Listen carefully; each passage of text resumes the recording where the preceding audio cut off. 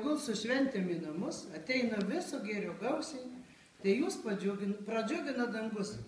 Lai širdise gerumas neišsenka, lai švyti šypsenos veiduos, tegul nukloja tiesų taką visi linkėjimai žiemos. Nu, su žiema nelabai pasisekė.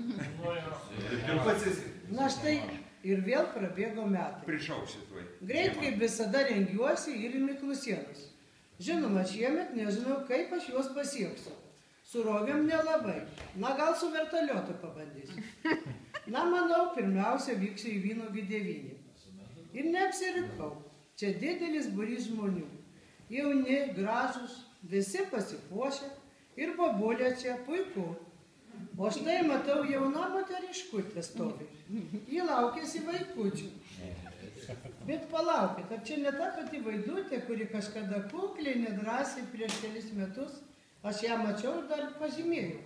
Taip, čia ta pati Vaidutė. Ji dabar jau yra moteris ir su Tomuku laukėsi kūdikėlio. Koks džiaugsmas šiems namams ir čia susirinkusiems.